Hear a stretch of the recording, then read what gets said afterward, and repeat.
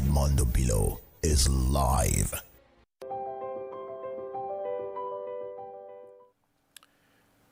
I am interested in the future of Africa. I am interested in the identity of the African. But I am worried about the influence of external powers in Africa. That is why I am here to look at the push against France in West Africa. What are the implications for Nigeria and the African continent? Welcome to this edition of State Affairs. I am Edmondo Pillow. In all, whatever is happening in Africa today can be linked to leadership. Leadership is key. Leadership in Africa have not proven to be visionary since the birth of new states in the 1960s. Ghana got her independence in 1957. Fine. Nigeria got hers in 1960. Yeah? How far have we gone in building that kind of sovereignty that lead to the advancement of the African? Yes, visionary leadership is key. Are there examples to be given? If you studied leadership in Africa immediately after independence, you might realize that the post-independent leaders had good quality of mind, but at some point they were derailed by the influence of colonialists. Others stood their grounds and they paid dearly for it. In the Congo, Patrice Lumumba refused to compromise with Belgium and the United States. They conspired against him and they used internal collaborators to take him out. Patrice Lumumba was brutally murdered. Sad, you would say. Kwame Nkrumah said no, that Ghana must stand on its ideals, that the independence of Ghana must lead to the development of other African states. From 1957 to 1966, he called the shot in Ghana. He was a huge influence in Africa. Kwame Nkrumah led the Pan-Africanist vision of the African continent. The big powers were no longer comfortable with him. The CIA got involved. A coup was sponsored against Kwame Nkrumah using internal collaborators, and Nkrumah was overthrown in 1966. That is not to say Nkrumah did not have his flaws, but Africans were not given the opportunity to internally understand the implication of the kind of politics that were practiced, make corrections, and project into the future a future of hope. In all this, France remains very influential. In Anglophone countries after independence, there were some level of independence. At least, Nigeria controlled her politics to a good extent. Same in Ghana, in Sierra Leone. But the Francophone countries were tied to the apron string of France. France controlled them even after independence. Did I say independence? No. The Francophone countries remained dependent. But at the moment, there's this pushback against France in West Africa. Should we celebrate that? So in this class, let's talk. Let's reflect. Why this reflection? During the recent nationwide protest in Nigeria, some persons in the north flew the Russian flag. The Russian flag was everywhere. That talks about the influence of Russia, especially in the West African sub-region. And if you're not taking that seriously, you are mistaken.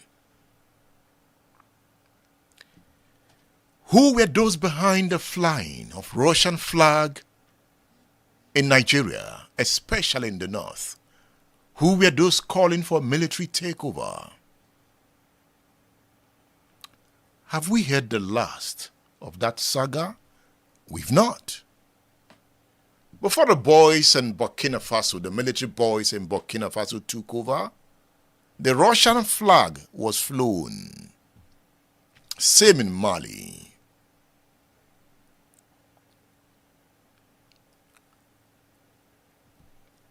Let's trace history. I'm happy you are in this class. The class of politics, history, and power.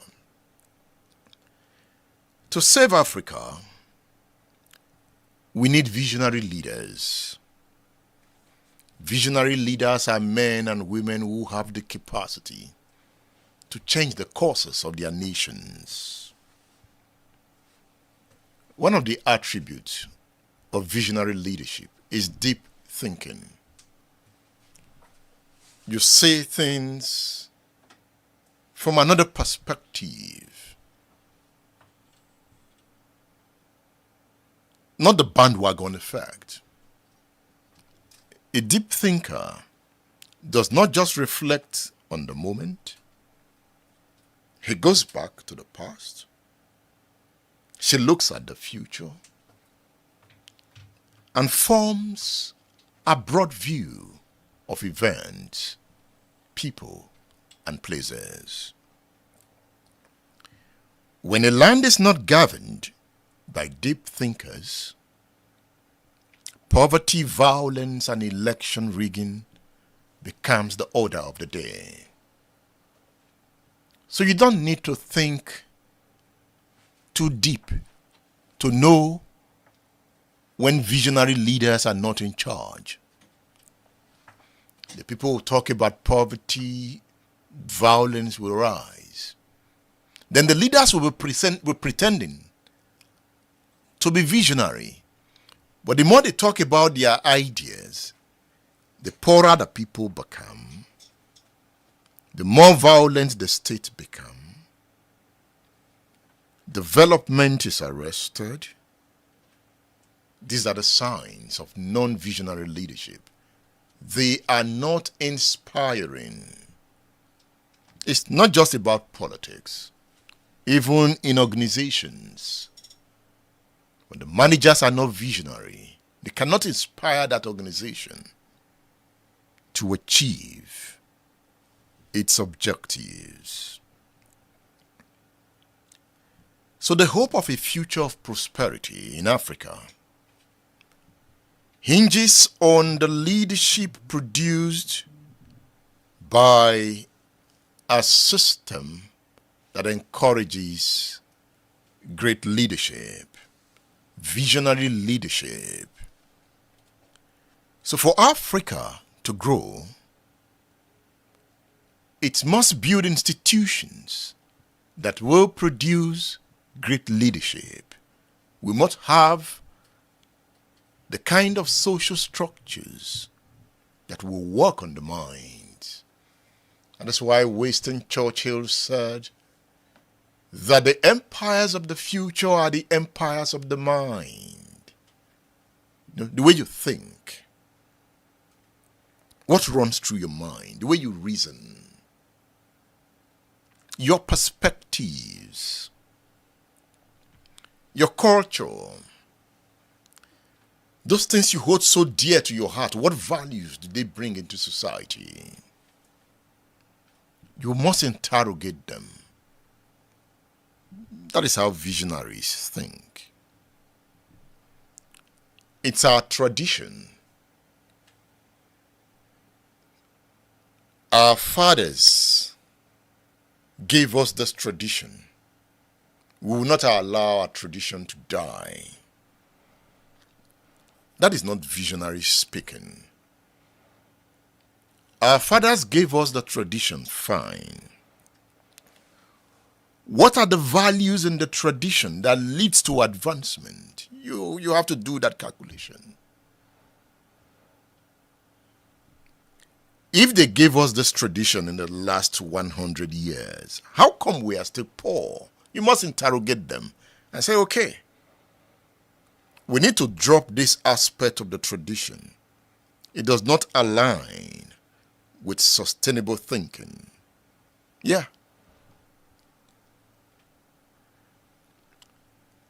So what you get in West Africa is this. I want you to jot down the theory. It's my theory, and it aligns with the idea of nation building. The output of a leadership of brigands is brigandage. Garbage in, garbage out. Remember? I was looking at Niyo Shundari's poem entitled Incompetence, Words, Corruption. That's the title of the poem. Oshundari says, do you really wonder why so much power should be thrust upon those with so little sense? Friends, as we talk about the pushback against France in Africa, we must be talking about men and women with high sense, not little sense. So any society aiming at prosperity must be governed by deep-thinking men and women. These are persons who have attained a reasoning power beyond the prejudices instilled in them by culture and by the historical period they live in.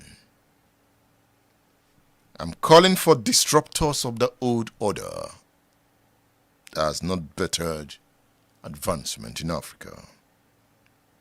I'm looking for innovative thinking. I'm building myself and helping to build inspiring leaders. Now let's talk about France. France in West Africa.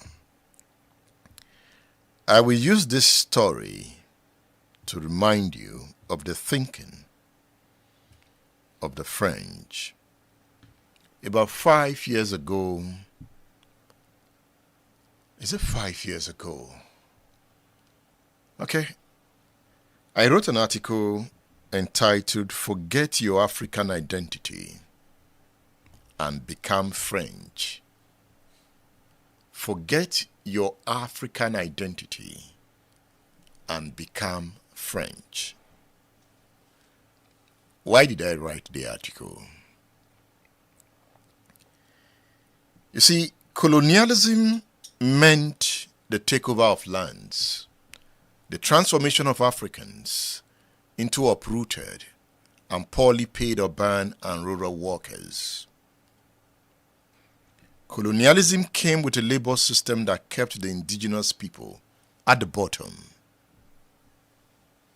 Nigeria was one of British colonial territories in Africa, and Senegal, a French colony. Burkina Faso, a French colony. Niger, a French colony. So colonialism gave us a kind of labor system that keeps the majority at the bottom. We still have that. We still have that. In fact, the bottom is enlarging. People are getting poorer, so it's broadening. Because the bottom is broadening, you see, the height is falling. That means the middle class is depreciating. So many are moving from the middle class to the poverty class. Because as you broaden the base, the height will fall. So less persons are on top, few persons. The middle class moves into the poverty class. France is of interest here. Congratulations to the country for lifting the 2018 World Cup in Russia. You congratulated them, right? They qualified for the 2022 World Cup finals, but Argentina won the World Cup. But they won the 2018 World Cup in Russia. You remember Trevor Noah? Oh, how come I didn't bring his book? That's a book you should read. You know, the autobiography of Trevor Noah. He wrote that book. But let's leave the book for now. How Trevor Noah, an African television personality in the United States of America, found himself discussing colonialism is linked to a letter to him from France's ambassador to the United States at the time. I'm talking about Gerard Arrod. He wrote a letter to Trevor Noah. Why did he write the letter to that African personality? The French diplomat was not happy that Trevor Noah congratulated Africans for winning the 2018 World Cup. Are you getting the point? France won the World Cup in 2018, but during his TV show, Trevor Noah, instead of congratulating France, congratulated Africa for winning the World Cup. And the French diplomat, who at the time was France's ambassador in the United States, did not take to that congratulation lightly. So in his letter to Trevor Noah, the ambassador defines French citizenship as assimilation. If you studied government in secondary school, yes, you must have learnt about the French policy of assimilation and the French policy of association. So while looking at the letter written to Trevor Noah, I said, my interpretation is that that letter, the diplomat interpreted French citizenship as assimilation. I'll tell you why as we go. So by this, Africans who featured in the 2018 World Cup for France lost their African identity when they decided to become French citizens. That was the explanation in that letter.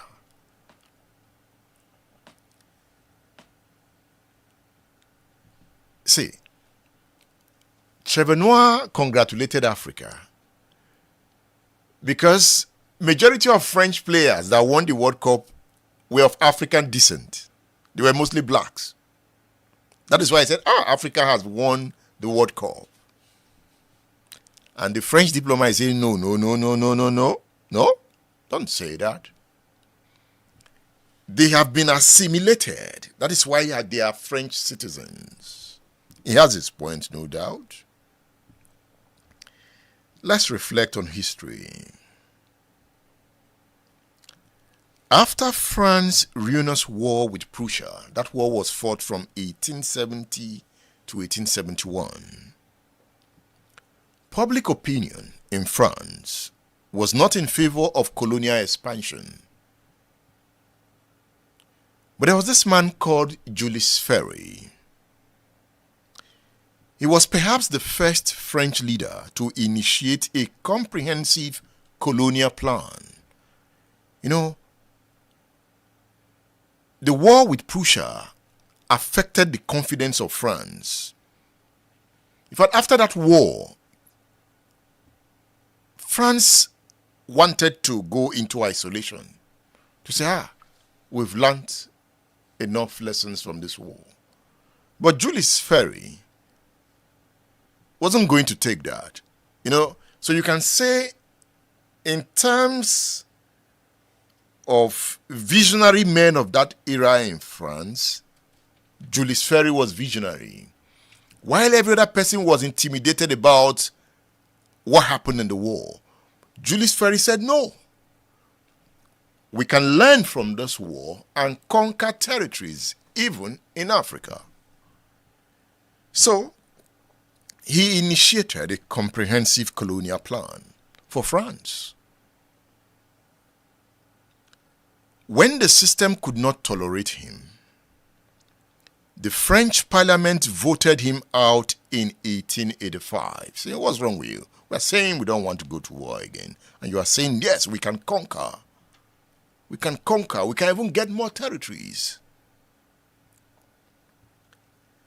The parliamentary action was a fallout of Ferry's failed colonial adventure in Indochina. He tried it out in Indochina. So when we talk of Indochina, I'm not talking of China. Indochina, you can look at Cambodia, that axis, Vietnam. They were known as Indochina. China is also within that corridor. Laos, Cambodia, Vietnam. So Jules Ferry made attempts to conquer those territories, but he failed. That is not to say they did not eventually conquer Indochina. They did. And if you have studied the Vietnam War, you will see that the Vietnam War was like an independent war to say, no, France, get out of here. Remember, this is a class of history, politics, and power. You can leave your questions for me. You can also leave your comments. It's a class of learners. We are learning. You can tell me what you know, and I will interact with your ideas. It's a long class. We've just started the talk, the push against France in West Africa. That push. So it's a long class. It's not a one edition class. Okay? So join the class. You can call your friends to join the class. Let me see. I can see some comments here. Okay, Jayola Ressa. Good to have you in class. Paul Miki Oluwafemi, good to have you in class. Thank you for joining the class. So what then happened after the failure in Indochina? Increased industrial output in France led to intense competition for raw materials and market among great powers, translating into the eventual colonization of Africa.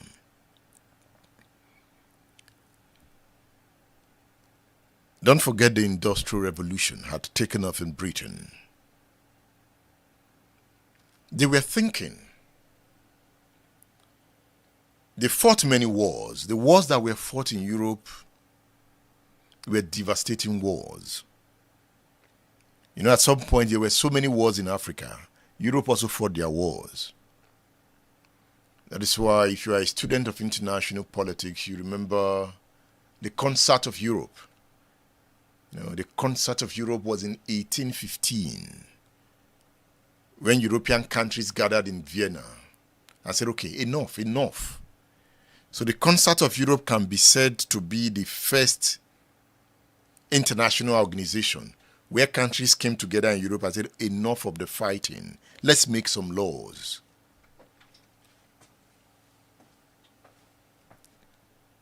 They stopped fighting a bit. Yes, there were still wars. We still fight wars even in the 21st century.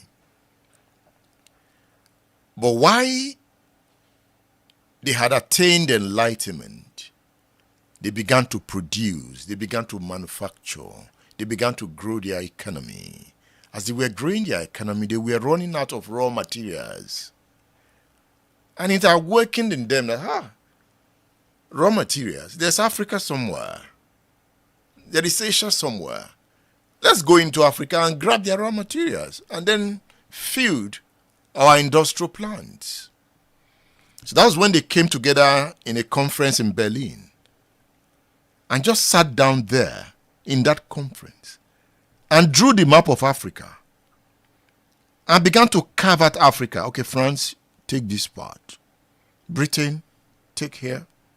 Portugal, all right. Spain, you have this. Germany, take this. Congo belongs to Belgium. They just divided Africa among themselves. And they then moved in with their ships to come and take the lands.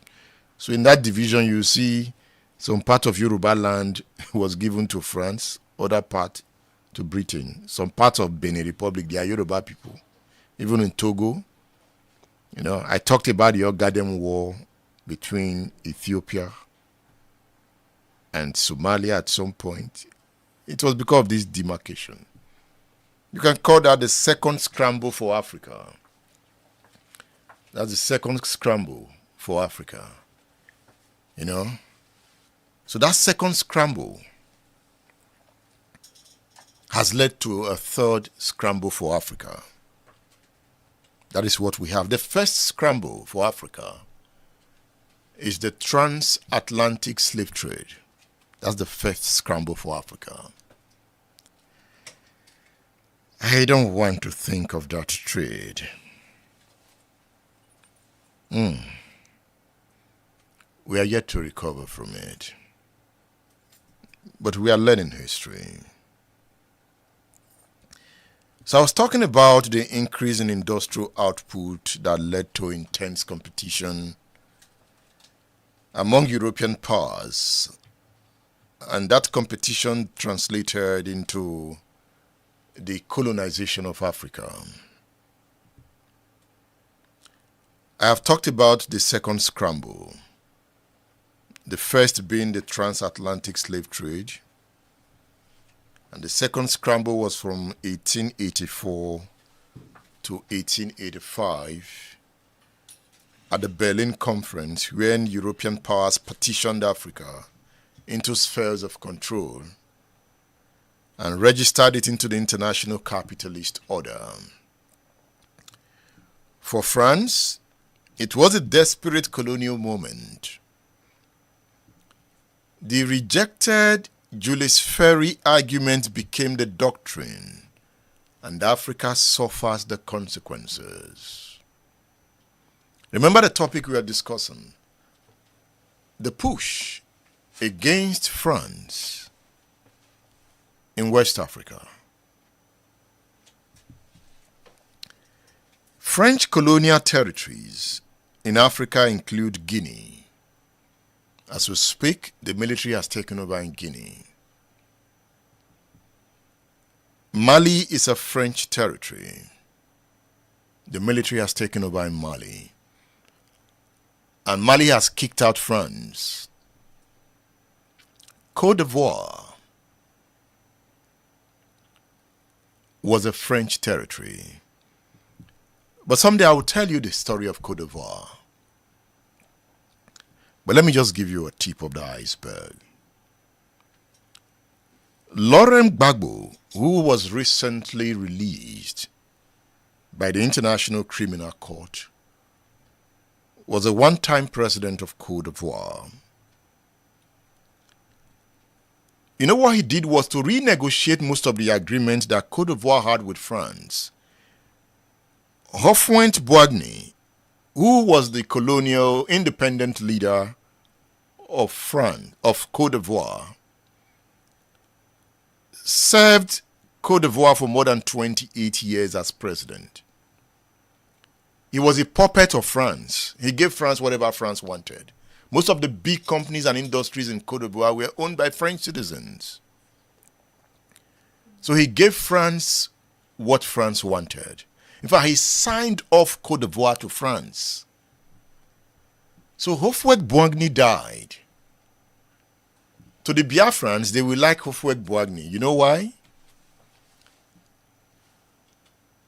Houphouët-Boigny accommodated Ojukwu. You know, when Ojukwu abandoned the war, the place he ran to was Cote d'Ivoire. Cote d'Ivoire recognized Biafra. So, if you are a Biafran, you'll be sympathetic to Houphouët-Boigny. So when he died, Gbagbo emerged, and Gbagbo came and said, no, we have signed off our country to France. He began to renegotiate the deal. He began to cancel some of the deals. France got angry. And you can see that was why a civil war broke out. And France used Alassane Ouattara to deal with Gbagbo. You know, they sponsored Blaise Compaoré of Burkina Faso. So they pushed soldiers from Burkina Faso into Cote d'Ivoire, and there was a civil war. But many Africans will not understand what is going on. That is why we have this class. So someday I will come to that story. It's not a single class. We must know why Africa remains poor. Why Russian flag was flown in northern Nigeria recently. You know, France out. France out. Okay. Military in. France out. Russia in. What is the implication for Africa? They want Russia. Is that what we want? They want military. Is that what we want? Okay. It's a class of history, politics, and power. Burkina Faso is a French territory, or was a French territory. You know, it was formerly known as Upper Volta, Burkina Faso. It was when Thomas Sankara came, that revolutionary leader, that was assassinated by France again. Thomas Sankara. He said, why should I call my country Upper Volta? He changed the name to Burkina Faso. I will come to that. Have you read about Thomas Sankara? Read about him. He was a visionary. He was a military guy, no doubt. One of his best friends was Blaise Compaoré. France used his best friend to overthrow him. He was murdered. They were both military officers. And Compaoré became the leader of Burkina Faso for 26 years. And France used him to sponsor a civil war in Cote d'Ivoire. International politics.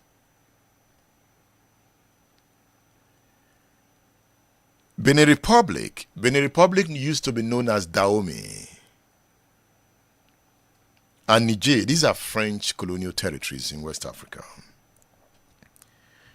For effective control of the territories, France had the policy of assimilation, which meant to civilize the colonized in the image of France.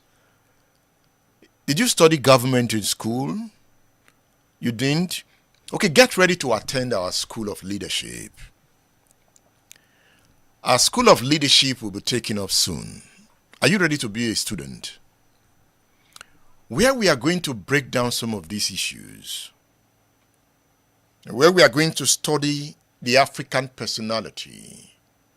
We are going to study human nature. We are going to look at the social structures in Africa. It's a platform to prepare the African for visionary leadership. Are you